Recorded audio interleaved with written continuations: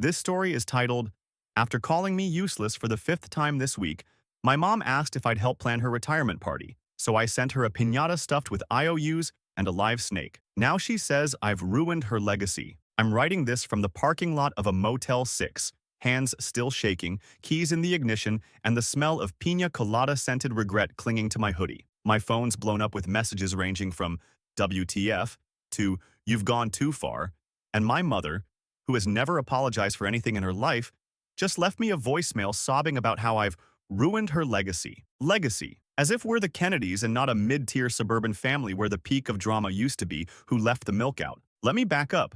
I'm 26. I live at home. Not because I'm lazy or a basement-dwelling meme, but because rent is a joke and my job doesn't pay enough to cover both student loans and basic survival. My mom, Sharon, 63, Queen of Martyrdom, loves to remind me of this fact daily. You're still here? Must be nice having no ambition. That's a direct quote from last Wednesday, and Thursday, and Saturday morning when I was literally scrubbing the kitchen she trashed making her detox smoothies. She has this way of saying useless like it's a pet name. Pass the salt. Useless. Could you be more useless? You should marry someone rich. Useless. You'd at least be good for taxes. And then Monday. Oh, sweet, flaming Mars. Monday. She comes waltzing into the living room with a glittery notepad and a glass of wine at 11 a.m. and says, So, I want you to help plan my retirement party. Something tasteful, classy, maybe a little whimsical. Can you handle that? I laughed, which apparently was not the correct reaction. She clutched her pearls, not real pearls, but the CVS aisle version, and gave me that look. You know the one. The look that says, I birthed you and therefore you owe me a Pinterest board, a catering quote, and a slideshow set to Celine Dion. I said no. Actually, I said, I don't think I'm the right person for that, which in Sharon speak is basically open rebellion. She huffed off to her garden to talk to her plants about how tragic it is to raise a disappointment, and I sat there, marinating, stewing, plotting, because something about that moment broke something in me, and not in a romantic, hero's journey way. In a, let's see how whimsical you feel when a piñata full of IOUs and a snake shows up at your party, kind of way. Which brings me to today, or technically, yesterday. Because yes, dear reader, I did it. I mailed her a party package with glitter, helium balloons, and a personalized card that read, Enjoy your legacy. Inside the box, a piñata shaped like a retirement hat, stuffed with fake checks written in my name with captions like, For every time you used my student loan co-signature, back pay for emotional labor, and 1-1, apology for calling me a leech. And the snake? Well, that was real. Not venomous. I'm not a total monster, but real enough to hiss when startled. Sharon's not a fan of surprises, especially the slithering kind. I know what you're thinking. Why a snake? Because nothing says, congratulations on your decades of emotional manipulation, like a reptile in tissue paper. It's symbolic. Biblical, even. Eve had a snake. My mom has me. Anyway, I didn't go to the party, obviously, but I did get a play-by-play from my cousin Danny, who was live tweeting the carnage before her mom made her put the phone away. My mom screamed. My dad fainted. The caterer quit. And Sharon, in true form, told everyone I had a breakdown and that she prayed for this not to happen. Legacy, indeed. I'll post more soon. There's a lot I haven't told you yet, like what she did on my birthday last year, or why my brother's mysteriously missing from all this. But for now, I just needed to get this out before I lose my nerve and start thinking maybe I am the villain. Spoiler, I'm not. I'm just finally playing her game by her rules. So the snake wasn't even the worst part.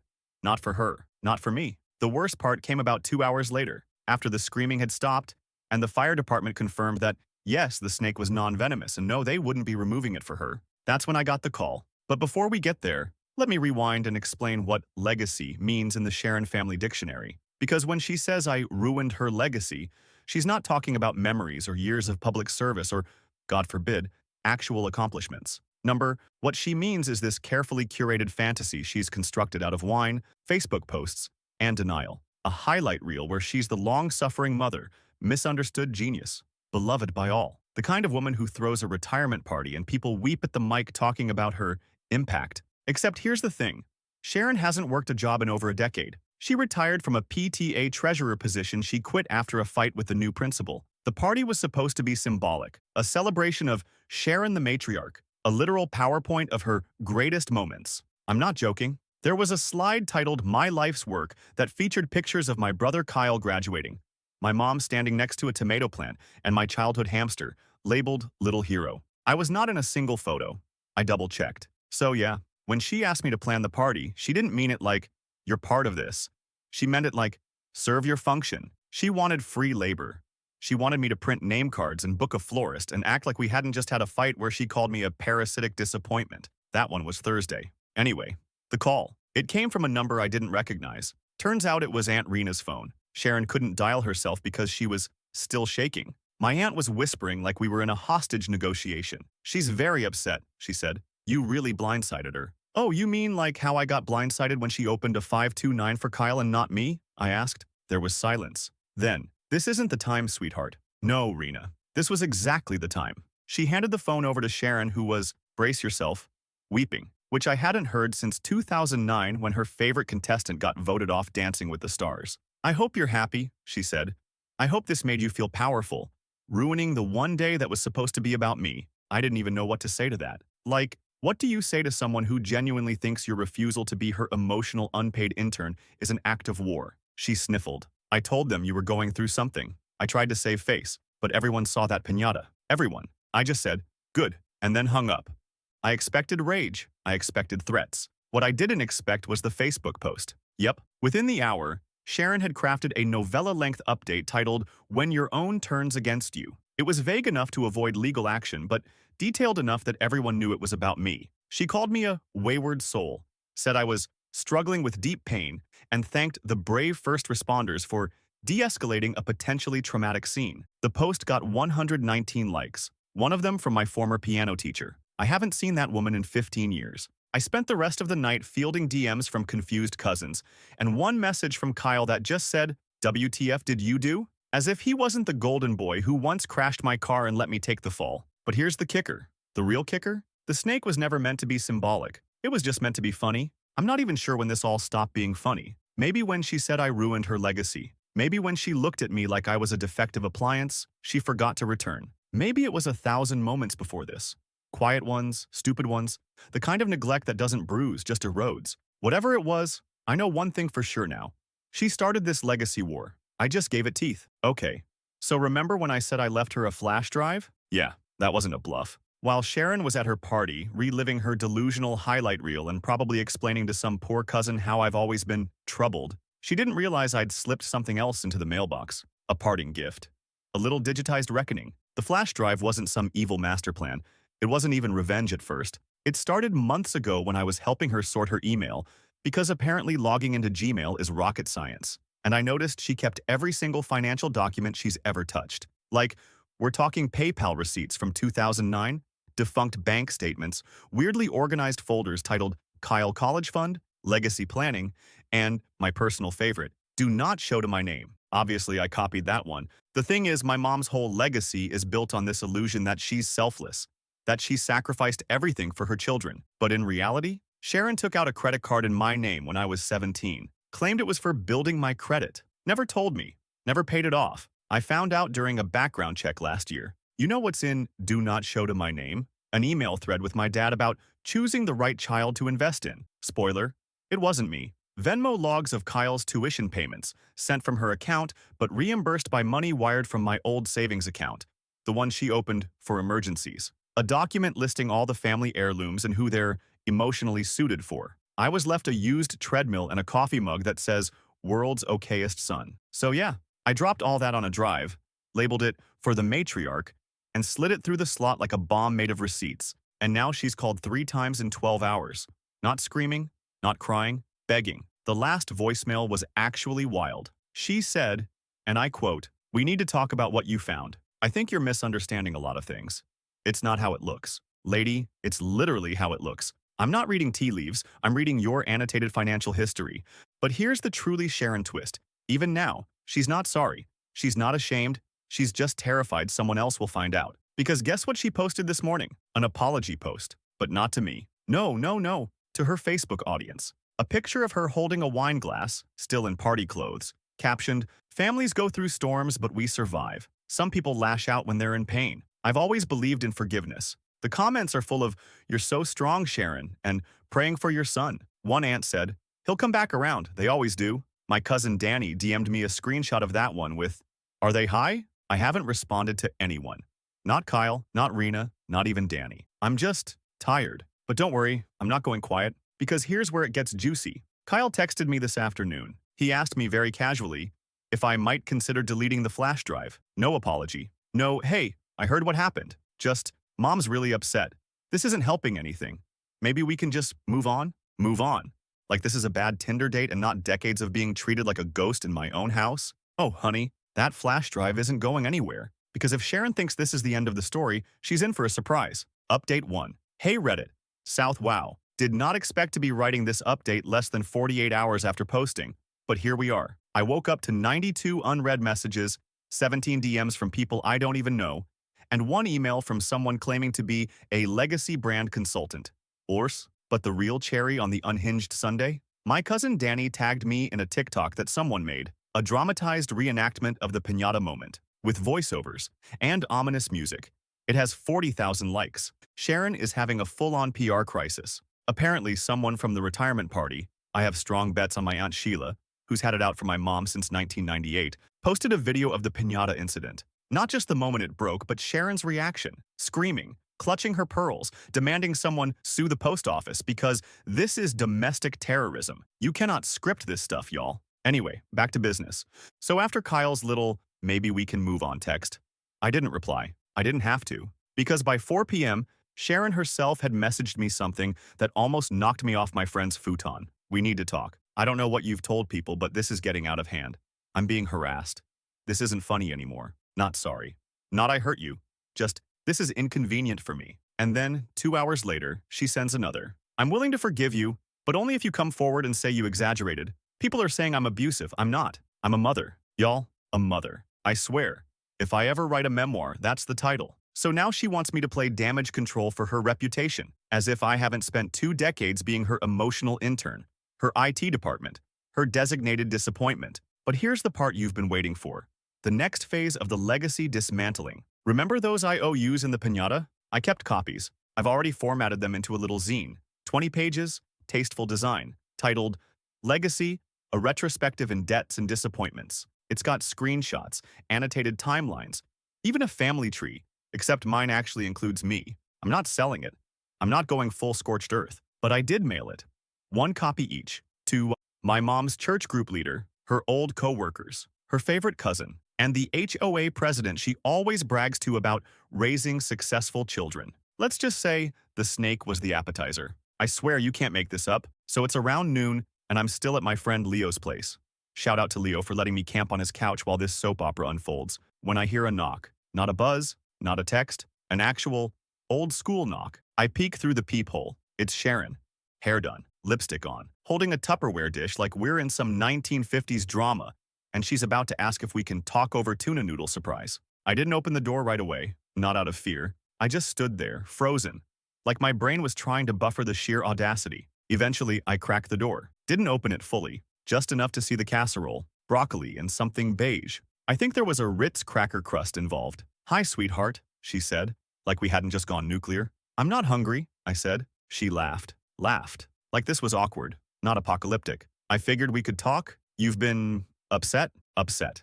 That's what she called it. Not, you exposed years of manipulation and financial theft. Not, you outed me to half the neighborhood. No, just, you've been upset. Like I missed my morning coffee and stubbed a toe. I told her she had 5 minutes.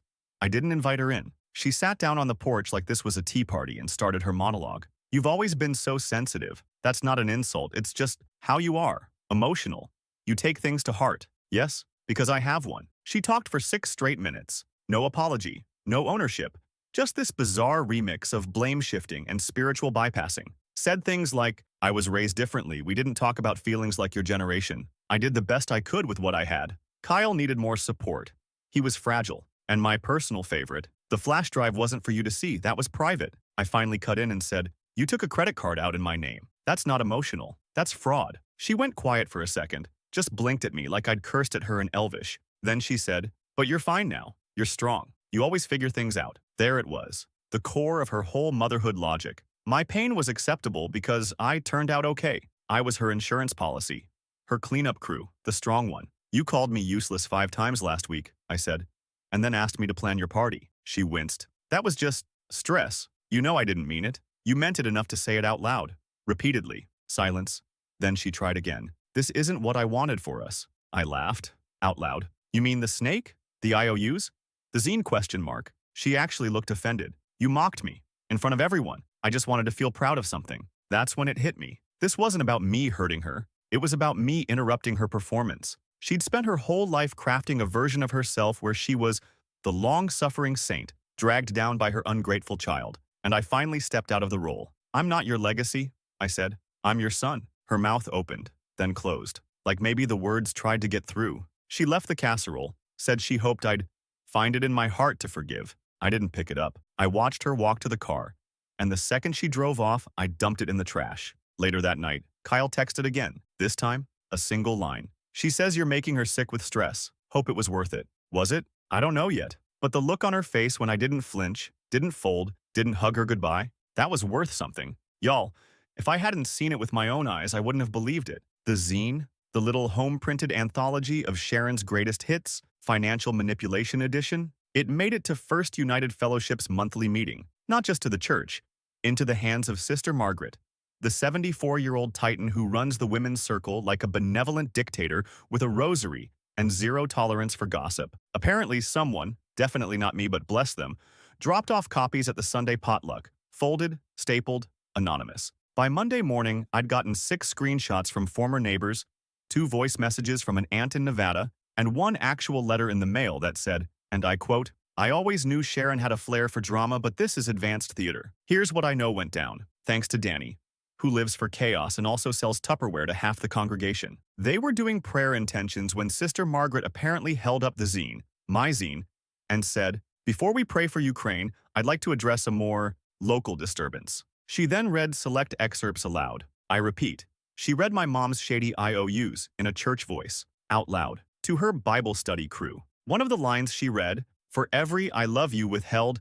but $500 borrowed, may interest compound and mercy decline. Yeah, I got poetic. Sue me. Danny said the room went dead silent. Then one lady whispered, is this real? And Sister Margaret, God bless her, said, it reads more truthfully than Sharon's last fundraiser. Oof, Sharon was not there. Thank God for her. But word travels fast when your public image is built on devoted mother and pillar of community. By Wednesday, the zine was circulating in PTA group chats, and someone, I think a bored teen cousin with a vendetta, had posted a PDF on Twitter. It's gotten shared. People are commenting things like, plot twist, the snake was the hero all along, and legacy? More like leg-a-lie. And then, she called. Again. I let it go to voicemail, of course. She didn't cry this time. She didn't scream. She scolded. You need to take responsibility for the damage you've done. You're tearing this family apart, all because you can't let go of the past. Lady, I was the past. For 26 years, I played my role, shut my mouth, handed over my credit score and my peace of mind, and smiled while you rewrote history. And now, you want to guilt-trip me after I sent a garden snake to your catered fantasy of martyrdom? Nah. But here's where it gets really rich. Kyle, golden boy, legacy prince, inheritor of all things Sharon, texted again. Only this time, different tone. Okay, real talk. She's not doing well. You made your point. Can we just fix this? Fix this. As if this is a faucet. As if my job is to twist a wrench, patch a leak, and let the water keep flowing. Except this time, I broke the pipe on purpose. So I replied, tell her I'm free Friday if she wants to read an apology. Publicly. At the next church meeting. I'll even bring snacks. No response yet. But something tells me she'll show. And when she does, I've got a second zine ready. This one's titled, How Not to Apologize. A Sharon memoir. Friday came. I didn't think she'd actually show. I figured she'd do what she's always done. Send Kyle, cry to Aunt Rena, post vague Bible verses about betrayal. But no, Sharon showed up. Not at my door, at the church. And yes, before you ask, I was there. I almost didn't go. I thought, what's the point? She'll spin it, dramatize it, maybe even throw herself on the altar like a soap opera widow. But then Danny texted me at 8:13 a.m. Get to church. It's happening. So I went. Hoodie on, back row. Danny smuggled me in banana bread and a LaCroix like I was about to watch a courtroom execution. It was supposed to be a standard fellowship meeting. Prayer, announcements, maybe a slideshow of mission trip photos. But about 20 minutes in, Sharon raised her hand. Sister Margaret gave her a skeptical nod and said, you may speak, but let it be brief. The Lord appreciates brevity. Sharon stood. She was wearing pearls. Real ones this time, I think. Her makeup was perfect, and she was holding something in her hand. A manila folder. I squinted. I knew that shade. I own that shade. It was a printed copy of the zine. She cleared her throat and launched into her speech. I'll spare you the full Sharon monologue, but here are the hits. Motherhood doesn't come with a manual. Some people choose to air private matters in very public ways. We all make mistakes, but no one should be crucified for being imperfect. Then, this part is real, I swear. She said, yes, I may have accidentally used my son's name on some financial paperwork years ago, but who among us hasn't had to make ends meet? There was an audible gasp. Someone dropped their thermos. Sister Margaret's eyebrows did the Macarena. And then, Sharon said, and maybe I've received some cash over the years that didn't go through official channels, but I always intended to fix it. Eventually. Aunt Sheila coughed, loudly. Danny squeezed my arm so hard I spilled LaCroix on the hymn book. And finally, Sharon wrapped it up with, I forgive my son for what he's done. I hope he can find it in his heart to do the same. She sat down. Silence. No clapping, no amen. Just stunned, slightly carbonated tension. Sister Margaret, God bless this chaos-loving nun, just said, thank you, Sharon. That was enlightening. And also, for legal reasons, inadvisable. That's when I stood up. No yelling. No theatrics. I just walked to the front, holding a manila folder of my own. I said, I didn't come here to fight. I came because the truth deserves daylight. All I ever wanted was for my family to treat me like I mattered. Not as a legacy, not as a tool, just a person. I laid my folder next to hers. This one's titled, Receipts and Regrets. You're all welcome to take a copy. And I walked out. By the time I got to my car, I already had 3 texts from church ladies asking if they could share my testimony with their daughters. One asked if I was single. Another offered to pay for therapy. Kyle hasn't texted. Sharon posted a black and white selfie with the caption, some storms come to clear paths, not destroy them. Okay, ma'am, the path is on fire. Update 2. Okay, buckle up, because the chaos has officially transcended Facebook drama and church shade circles. This morning, I woke up to 3 missed calls and a text from Kyle that just said, what the hell did you do? Classic. Always so calm when it's my mess to clean, but panicked the moment his gravy train gets a flat tire. I ignored it, until my friend Leo, whose couch I'm still living on, bless him, walked in with a look on his face like he'd just read a headline about himself. He tossed his phone down and said, bro, did you see this? It was a video. A shaky phone clip of Sharon, in Costco, screaming at an employee near the rotisserie chicken display. Something about how people are targeting her, and legacies are being destroyed, and this country doesn't protect mothers anymore. Y'all, she was wearing sunglasses indoors, crying, holding 3 giant jars of almond butter like they were evidence in a custody battle. The clip had 14,000 views when Leo showed me. It's probably double now. But here's where things get really cursed. Later that afternoon, I got a call from an unlisted number. I let it go to voicemail. Turns out, someone, not me, let me be clear, sent the zine and a little anonymous tip to a local financial watchdog group that occasionally flags weird income reporting, which got forwarded to a contact at the IRS. Apparently, informal community donations Sharon had been accepting for event coordination services, aka the bake sales she guilt-tripped people into paying for, never made it onto her tax forms. The flash drive included screenshots of her PayPal and Venmo history, donation money that ended up paying for spa days, and crystals labeled aura stabilizers. I didn't report her. I didn't have to. The internet moves fast when your public breakdown goes viral under hashtags like #Snakegate and #Sharon Unplugged. So now, the IRS might audit her, and Sharon has entered full persecution mode. Facebook status today. I am a mother, a woman, a survivor of betrayal. I will not be silenced by my own blood. Danny texted me. She's trying to organize a prayer chain for herself. Meanwhile, I got a message from a lawyer friend who offered a free consultation in case she tries to sue for emotional distress. Imagine suing your child for not being your scapegoat anymore. Kyle, bless his passive-aggressive heart, finally broke the silence. If this ruins her credit, we're all screwed. We? We? Sir, I wasn't the one living off Venmo'd casserole deposits and identity theft. Anyway, I've got more to say. There's still one last twist. Something I haven't told anyone yet, not even Danny. All I'll say is, remember that legacy slideshow Sharon made for her retirement party? Yeah, I got a copy. All right, time to talk about the slideshow. You remember that glitter-fueled fever dream Sharon called a retirement celebration? Yeah, she had a PowerPoint, naturally. 30 minutes long, set to Wind Beneath My Wings. Multiple versions, apparently. She planned it like a wedding. There were transitions, sound effects, a credits reel. What no one knew, until now, is that I got a copy. I didn't ask for it. One of the caterers sent it to me.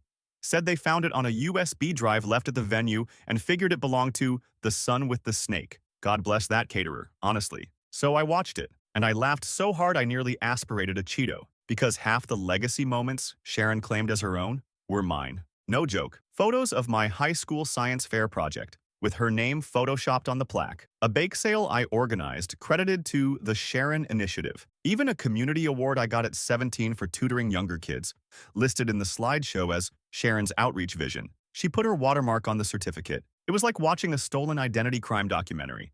But the criminal used Canva and passive aggression instead of ski masks and fake passports. And the narration? Oh my God, she recorded voiceover. I always said, you give a child a book and you build a future. That's why I spearheaded the youth literacy drive at West Park. Sharon, you were in Cancun that month. I have the receipts. Literally. But then came the kicker. At timestamp 2104, there's a photo of Kyle graduating college. The caption? Our proudest moment. Cool. I get it. Golden boy? Blah blah. Then at 2111, there's a photo of me. Blurry. Mid-bite. From a cookout 2 years ago. The caption? Sometimes, our less successful children teach us the most about patience. I screamed. Loud enough Leo came running in thinking I stubbed my foot or got bad news. I just pointed to the screen, tears of disbelief in my eyes. He goes, bro, she captioned you. Like a wildlife exhibit. And she used that slideshow as the centerpiece of her legacy. You can't make this up. But here's the twist. I didn't just watch it, I edited it. With the help of Danny, queen of TikTok drama edits, we made a new version. Same slideshow, same music, but with adjustments. Voiceover replaced with actual quotes from Sharon, lifted from her Facebook posts, and that infamous voicemail. You're a disappointment, but a useful one. Each photo cross-referenced with the actual story behind it. One full slide dedicated to the PayPal transactions labeled Church Fundraiser that went to Chardonnay and Reiki Workshop. We titled it Legacy, the Unauthorized Director's Cut. It's not public, yet. But we sent it to a very small, very select group of people. Her church, her book club, her old sorority chapter, the HOA president. Oh, and Aunt Sheila, who's been dying to knock Sharon off her suburb queen throne since 1994. The reactions? Hoo boy. Sister Margaret's email. Thank you for clarifying. We've updated our records. HOA group chat. Maybe we need a new events chair. Aunt Sheila. God works in mysterious and sometimes hilarious ways. Sharon hasn't posted since yesterday, which for her is a full social media coma. No selfies, no scripture, not even a cryptic meme. Something's coming. I can feel it. Final part's next. Let's just say she tried to flip the narrative one more time, and I made sure her legacy went exactly where it belonged. On display. In full color, at a family reunion. It all ended where it began, in a folding chair, under the flickering glow of string lights, surrounded by potato salad and a circle of people who once pretended not to see me. Family reunion, annual, loud, held in Aunt Rena's backyard because she's the only one with a big enough lawn and a deep enough desire to make things look perfect. Usually, I avoid it. But this year, Danny talked me into it. You've already burned the house down, she said. Might as well roast marshmallows in the ashes. So I went. And I brought a projector. We waited until after the BBQ and the casual talent show Sharon insists is tradition even though no one likes it. She was there, of course she was, wearing a floor-length sundress and those fake reading glasses she only puts on when she wants to look intellectual. She hadn't spoken to me. Not once. Just floated around, kissing cheeks and pretending her social standing hadn't imploded. Then came the family history slideshow, usually Kyle's thing. He makes a dumb PowerPoint every year with baby photos and graduation shots and one pixelated picture of cousin Jared holding a fish. But this time, I offered to help. Aunt Rena, the poor soul, was just grateful someone else volunteered. So after the lights dimmed and everyone gathered on lawn chairs with plates of cake, I queued it up. At first, it looked like the usual stuff. Baby pics, a few grainy videos, laughter, small talk. People were sipping wine. And then the screen flickered. And my edit began. Title card. The Real Legacy of Sharon. Last name, a love letter to the truth. First slide, a smiling photo of her from the retirement party, captioned, This is Sharon, matriarch, storyteller, collector of credit lines that aren't hers. Silence. Next, screenshots, financial records, transcripts from her Facebook posts next to receipts showing her charity bake sales, bought her an espresso machine, a side-by-side of Kyle's tuition statement and the withdrawal from my savings account. Somewhere near slide 12, someone gasped. Might have been my dad. He stood up, said my name, and I just held up one finger. Let me finish. Slide 17. A quote from her church apology. We all make mistakes. Laid over her voice, recorded during the Costco meltdown, yelling about being silenced by jealous people. Then, the kicker. I ended on that photo of me from the retirement slideshow. Mid-bite. Captioned, Sometimes our less successful children teach us the most about patience. I added one line under it. Or maybe they teach you what happens when you push the wrong one too far. Silence. No clapping. No screaming. Just stillness. And Sharon? She stood up very slowly, set her wine glass down, walked to the front like she was going to say something, but she didn't. She looked at me, like really looked, and for the first time in my entire life, she had nothing to say. No spin, no insult, just eyes full of rage and fear and something I couldn't quite name. Then she walked out, didn't say goodbye, didn't throw a fit, just disappeared into the dark. People started murmuring. Someone asked if it was a joke. Aunt Sheila said, "Well, it's about time." Kyle left without saying a word. I sat down next to Danny. She handed me a cupcake. "You done now?" I took a bite. Frosting too sweet. Sky full of stars. I think so. That night, I got in my car and drove to Leo's, left the projector in the trunk. I didn't cry. I didn't feel triumphant. I just felt free. She called once the next morning, left a voicemail. "You've made your point, but you didn't have to humiliate me. I hope you're proud." And honestly, I am. Because legacy isn't about what people say when you're gone. It's about what you do while you're here. And for once, my story was louder than hers. Snake included.